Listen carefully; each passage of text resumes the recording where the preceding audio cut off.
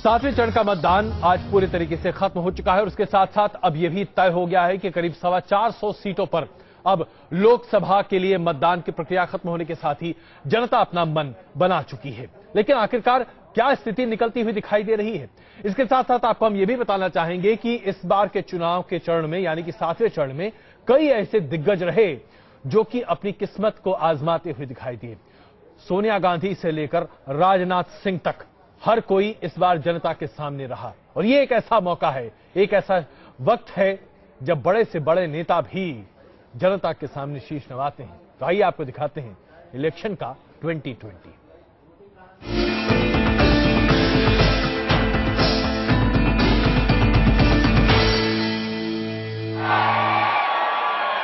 मोदी जब अपना वोट डालने के लिए निकले तो उनके साथ लोगों का हुजूम था।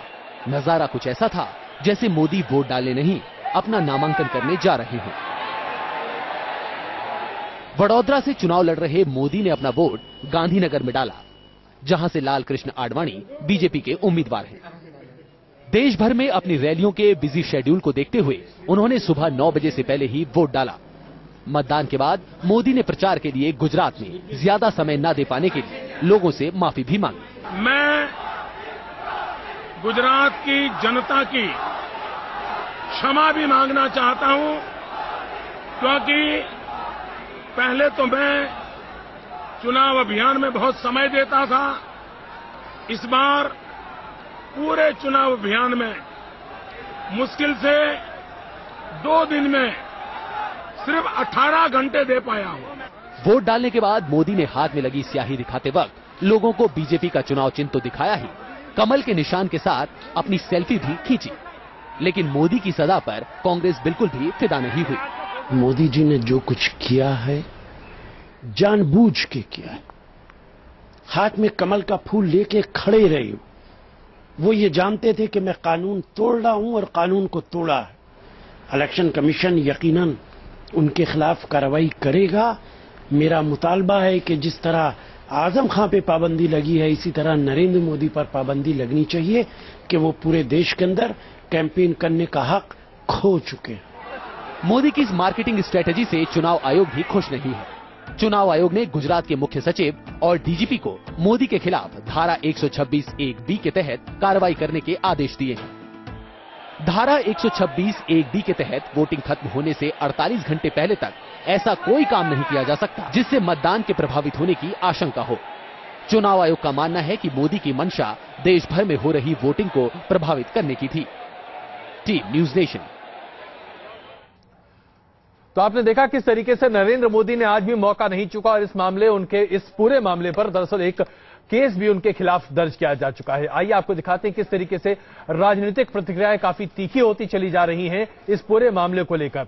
यह अपने आप में काफी बड़ा मसला भी बनता चला जा रहा है और इसके साथ साथ हम आपको यह भी बता दें कि आइए इस पर हम चर्चा करें, लेकिन उससे पहले एक छोटी सी तस्वीर आपके सामने पेश करते हैं कि कौन कौन से दिग्गज भारतीय जनता पार्टी के रहे जो इस बार चुनावी अखाड़े में और जिसकी वजह से इस बार भारतीय जनता पार्टी की बहुत से बड़े नेताओं की किस्मत पर गाज भी गिर सकती है या फिर उनके वारे न्यारे भी हो सकते हैं। आइए आपको दिखाते हैं।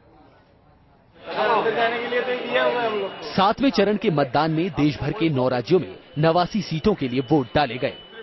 सातवें दौर के चुनाव में बीजेपी के कई बड़े नेता भी मैदान में हैं। बीजेपी के PM in waiting Narendra Modi Banaras के अलावा वडोदरा से भी किस्मत आजमा रहे हैं। वडोदरा में मोदी के रथ को पंचर करने की जिम्मेदारी कांग्रेस ने मधुसूदन मिस्त्री को दी है। बीजेपी के पितामह लाल कृष्ण आडवाणी भी गांधीनगर से एक बार फिर मैदान में हैं, जहां उनकी टक्कर कांग्रेस के किरीट भाई पटेल से है। आडवाणी को गांधीनगर में जीत हासिल करने में कोई दिक्कत आएगी, इसकी उम्मीद कम ही है। लखनऊ से अटल बिहारी वाजपेयी का अंग वस्त्र लेकर मैदान में उतरे बीजेपी के राष्ट्रीय अध्यक्ष राजनाथ सिंह की किस्मत भी ईवीएम में बंद हो गई है। राजनाथ को कांग्रेस की रीता बहुगुणा जोशी और आम आदमी पार्टी के उम्मीदवार जावेद जाफरी भी कड़ी टक्कर दे रहे हैं। बनारस के घाटों की जगह कानपुर की गंगा में आचमन कर रहे मुरली मनोहर जोशी भी फिर से संसद में पहुंचने की जद्दोजहद कर रहे हैं। लेकिन केंद्रीय मंत्री और कानपुर की राजनीति के बड़े खिलाड़ी श्री प्रकाश जायसवाल जोशी जी की राह में एक बड़ा रोड़ा बनकर डटे हुए हैं। झांसी से उमा भारती भी एक कड़े मुकाबले में फंसी हुई हैं। बीएसपी की अनुराधा शर्मा और कांग्रेस के प्रदीप जैन आदित्य ने मुकाबला त्रिकोणीय बना दिया है। Team news nation. तो आपने देखा ये तमाम दिग्गज नेता हैं जो भारतीय जनता पार्टी के हैं, जो इस बार चुनावी समर में न सिर्फ अपनी किस्मत आजमा रहे हैं बल्कि क्या नरेंद्र मोदी की वजह से उनके लिए हवा बनती हुई दिखाई देगी। लेकिन नरेंद्र मोदी की खुद की बात करें, ऐसा लगता है कि उनके लिए आने वाले दिन काफी मुश्किलों भरे हो सकते हैं, क्योंकि उनके खिलाफ एफआईआर दर्ज की जा चुकी है और अब जिस तरीके से पीपल्स रिप्रेजेंटेशन एक्ट 126(1)(b) के मामले में अब उनके लिए दिक्कतें बढ़ सकती है। कम से कम विपक्ष किसी भी तरीके से उन्हें बख्शने को तैयार नहीं है। कांग्रेस के नेता कपिल सिब्बल ने इस पर क्या बातें कही हैं, आइए आपको पहले दिखाते हैं, फिर चर्चा करते हैं। बताते हैं आपको हमारे पैनल में आज हमारे साथ कौन कौन जुड़ रहे हैं। गुजरात पुलिस इसकी जांच करेगी, फिर तो जांच होगी ही नहीं। अरे गुजरात पुलिस ने आज तक इसकी जांच नहीं की, जब जब मौका मिला इसके पक्ष में काम किया है। तो मैं तो चाहूंगा कि अगर इलेक्शन कमीशन ने एफआईआर किया है तो इसकी जांच गुजरात पुलिस के हाथ में होनी चाहिए, क्योंकि उसके हाथ में, गुजरात पुलिस के हाथ में तो कुछ नहीं होगा। जाहिर सी बात है, मामला अहमदाबाद में दर्ज किया गया है और इस पूरे मामले की जांच गुजरात पुलिस करेगी, लेकिन अब कांग्रेस को इस पर भरोसा होता हुआ नहीं दिखाई दे रहा। आप देख चुके हैं कपिल सिब्बल का क्या कहना है इस पूरे मामले पर। चर्चा करने के लिए हमारे साथ मौजूद हैं उर्मिलेश जी, वरिष्ठ पत्रकार, एनके सिंह साहब, वरिष्ठ पत्रकार, इस वक्त हमारे साथ मौजूद हैं, दीपक अमीन साहब, कांग्रेस के प्रवक्ता इस वक्त हमारे साथ हैं, और प्रभात झा जी, बीजेपी के प्रवक्ता इस वक्त हमारे साथ मौजूद हैं। दीपक जी, सबसे पहला तो जाहिर सी बात है सवाल आपका। पहले तो आप कांग्रेस पार्टी ये कहती दिखती थी कि ये देखिए, ये है नरेंद्र मोदी जिन पर किसी भी तरीके का कोई कानून मानने का कोई बाध्यता नहीं है, इस तरीके की बात सामने आती दिखाई दी। आज दिन भर यही चर्चा हुई जब से ये बात सामने आई, आपने कंप्लेन भी किया, लेकिन अब आप ही के नेता कहते हैं कि आपको गुजरात पुलिस पर यकीन नहीं है, तो भाई कहां होगा, क्या होगा?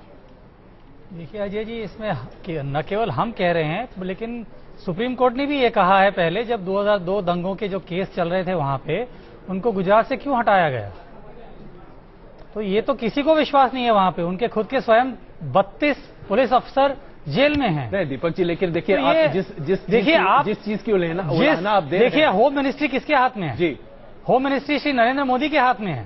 स्वयं वो कैबिनेट मिनिस्टर हैं, गुजरात के होम मिनिस्टर हैं, लेकिन तो उन्हीं की पुलिस की, उन्हीं के कर्मचारी उनके ऊपर जांच करेंगे। ये तो पुलिस राज्य ये तो उचित नहीं है ना। नहीं दीपक जी, लेकिन आज पुलिस राज्य सरकार के मातहत काम नहीं कर रही। पुलिस आज चुनाव आयोग के मातहत काम कर रही है। अगर आप आज गुजरात पुलिस पर शक जाहिर करते हैं तो आप चुनाव आयोग की निष्पक्षता पर सवाल खड़े कर रहे हैं। देखिए, ये चुनाव आयोग की बात नहीं है केवल, ये पुलिस की भी बात है। वो फाइनली उन्हें पता है कि 16 मई के बाद उन्हें किसको रिपोर्ट करना है। प्रभात जी, क्या कहेंगे इस पर आप?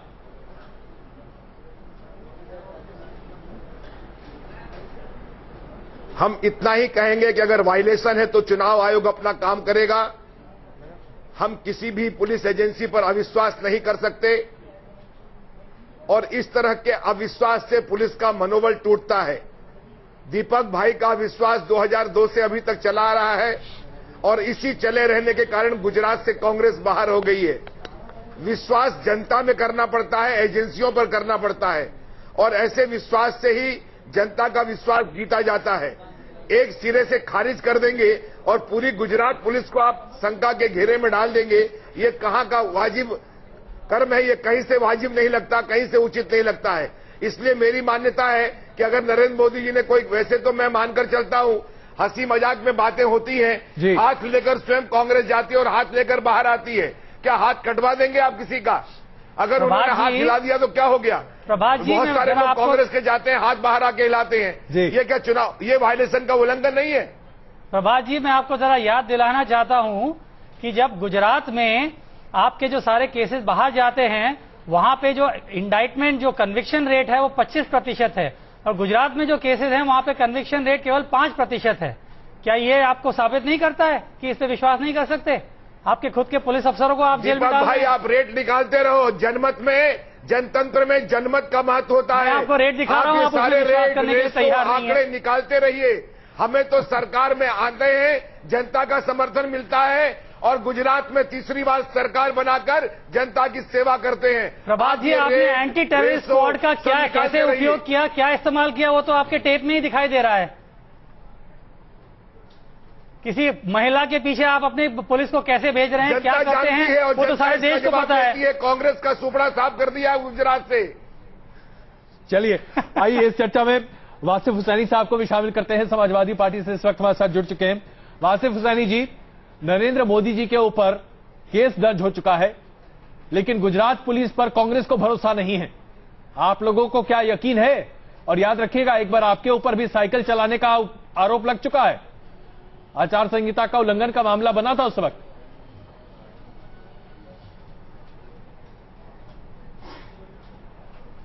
नहीं, गुजरात पुलिस तो बिल्कुल भी जो है किसी तरीके से निष्पक्ष काम नहीं करेगी, सिवाय जो है नरेंद्र मोदी जी के दबाव में, गुजरात सरकार के दबाव में पूरी तरीके से काम करेगी। उसके उदाहरण आपके सामने पूरे मौजूद हुए हैं।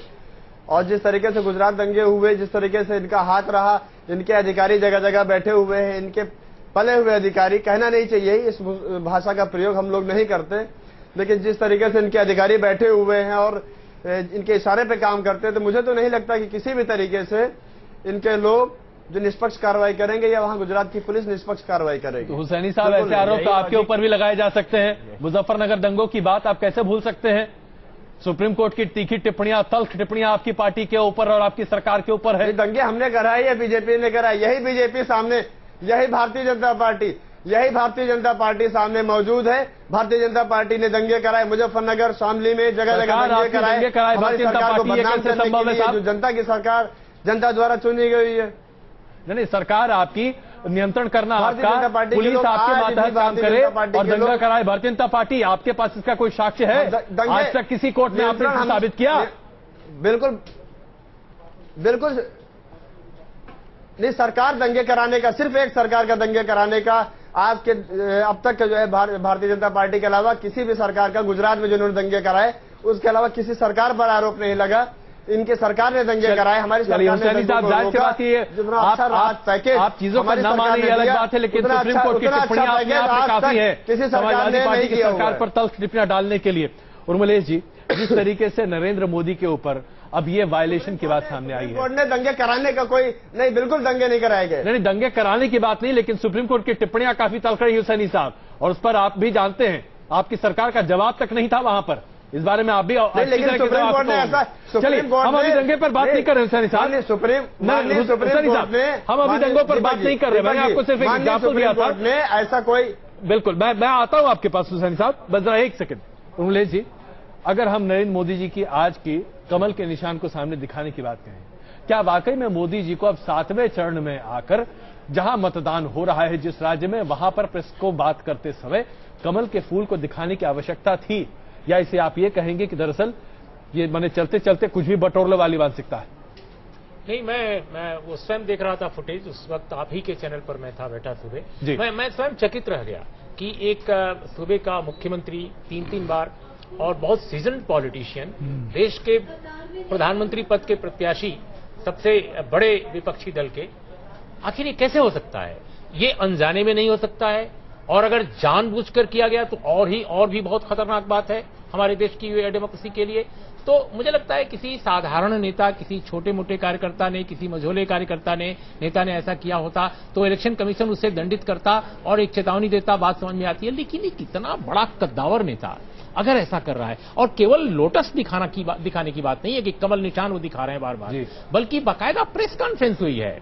और प्रेस कॉन्फ्रेंस मतदान के दिन होना, मैं समझता हूं, और मतदान के बिल्कुल बगल में, हमारे पास इंच टेप नहीं यहां से बैठे हैं दिल्ली से कि कोई नाप ले, लेकिन जाहिर है बिल्कुल करीब था। वो अपने आप में बहुत ही मैं समझता हूं कि वायलेशन तो है ही है, लेकिन ये राजनीतिक मर्यादा की और नैतिकता की सारी सीमाएं तोड़ता है, और इसका कंटिन्यूटी में मैं देख रहा हूं। देखिए, जिस वक्त घोषणा पत्र जारी किया गया बीजेपी का, उस वक्त इलेक्शन कमीशन ने 2-3 दिन पहले उनको आगाह किया था कि अगर आप उस दिन कर रहे हैं तो कृपया इसका लाइव कवरेज नहीं होना चाहिए। बहरहाल उस दिन मीडिया पर भी लांछन लगा, लेकिन इस बात से इनकार नहीं किया जा सकता है कि बीजेपी के नेताओं ने अगर मैनिफेस्टो 3 दिन पहले, 4 दिन पहले जारी किया होता तो पूर्वोत्तर में जो मतदान हो रहा था उसको प्रभावित करने की कोई कार्रवाई उनकी तरफ से नहीं होती। इसमें देखिए अजय जी, एक दो चीज और है। केवल नरेंद्र मोदी ने ये उल्लंघन नहीं किया है आज, ये इनका घमंड देखिए। गुजरात में 4 और जो इनके उम्मीदवार हैं, मैं आपको उनके नाम भी बता देता हूं। मोहन कुंदेरिया राजकोट से, हरिभाई चौधरी बनासकांठा से, किरीट सोलंकी अहमदाबाद वेस्ट से और देव सिंह चौहान खेड़ा से। इन चारों ने भी खेस पहन के वहां पे मतदान किया है और उनके ऊपर अभी कार्रवाई हो रही है। प्रभात जी, और ये देखिए आप